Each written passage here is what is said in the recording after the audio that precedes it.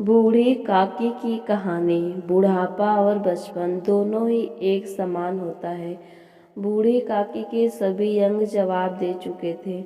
उनके पति देव और बेटा तरुण दोनों स्वर्गवासी हो चुके थे। सारी संपत्ति उन्होंने अपने भतीजे के नाम कर दी थी और उसी के साथ रहती थी।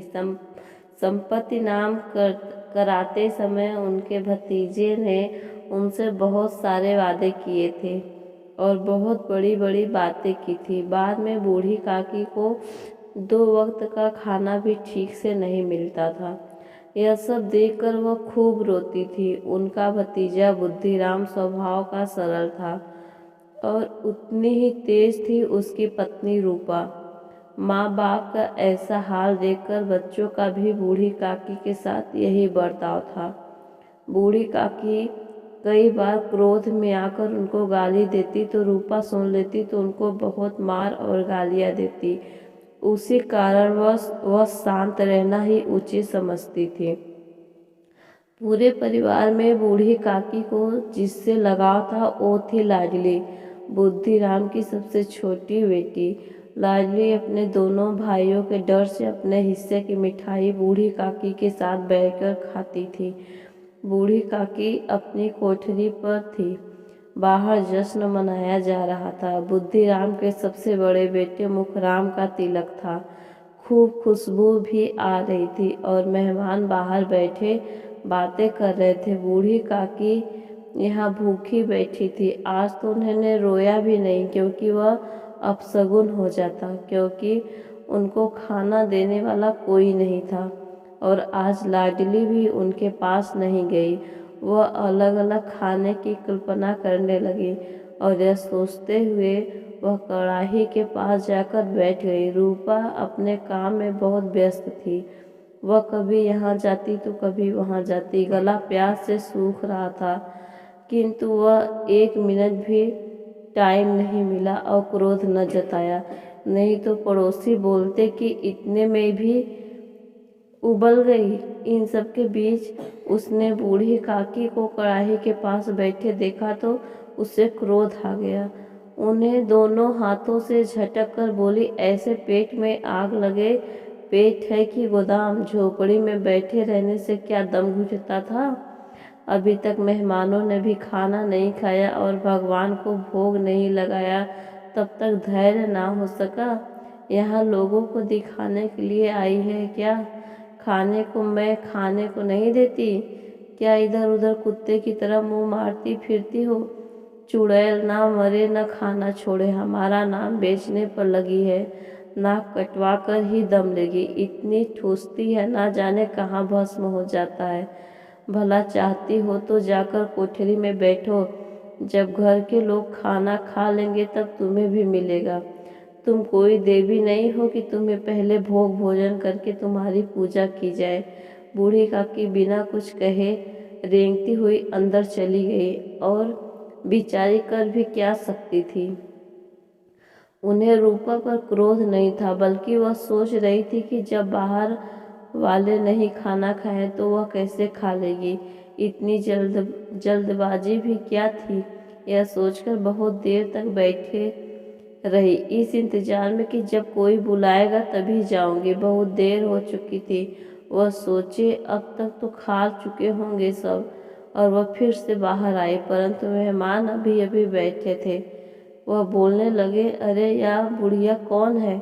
यहाँ कहाँ से आ गई? देखो किसी को छू ना दे।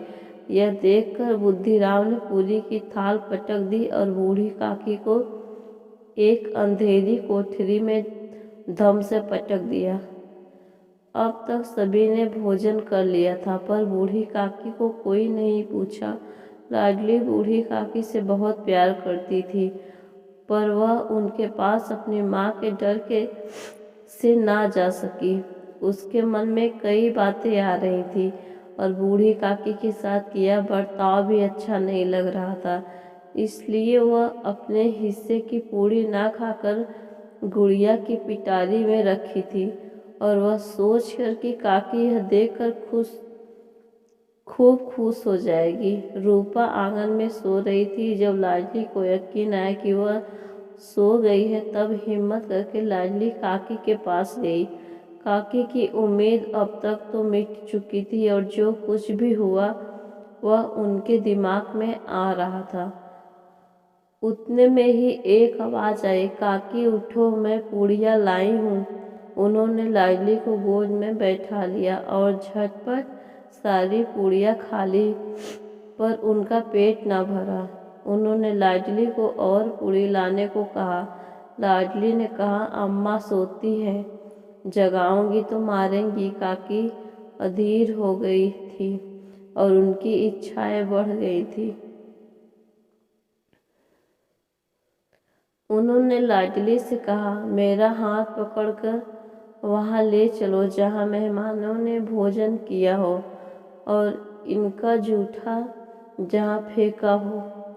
लाडली काकी को जूठे के पास ले जाकर बैठा दिया। काकी सबके जूठे पत्ते चाटने लगी। उन्हें पता था कि यह उचित नहीं है, लेकिन वह भूख से व्याकुल थी। लाडली का न दिखना। अचानक रूपा की आँख खुलती है और उसे लाडली कहीं नजर नहीं आती। रूपा लाडली को इधर उधर देखने लगती है, तब उसे जूठे बर्तनों के पास खड़ी दिखती है और बूढ़ी काकी उन्हीं बर्तनों के पास बैठी दिखाई देती हैं। यह देखकर रूपा का दिल सन्न हो गया। उसे अपनी निर्दयता का ज्ञान हुआ। उसे समझ आ चुका था कि वह जिसकी बदौलत उसने इतनी दुर्गति की, रूपा उसी और पूरी थाली सजाकर बूढ़ी काकी के पास जाकर बोली, काकी उठो यहाँ से और भोजन कर लो। मुझसे बड़ी भूल हुई है, बुरा न मानना। परमात्मा से प्रार्थना कर दो कि वह मेरा अपराध क्षमा करे।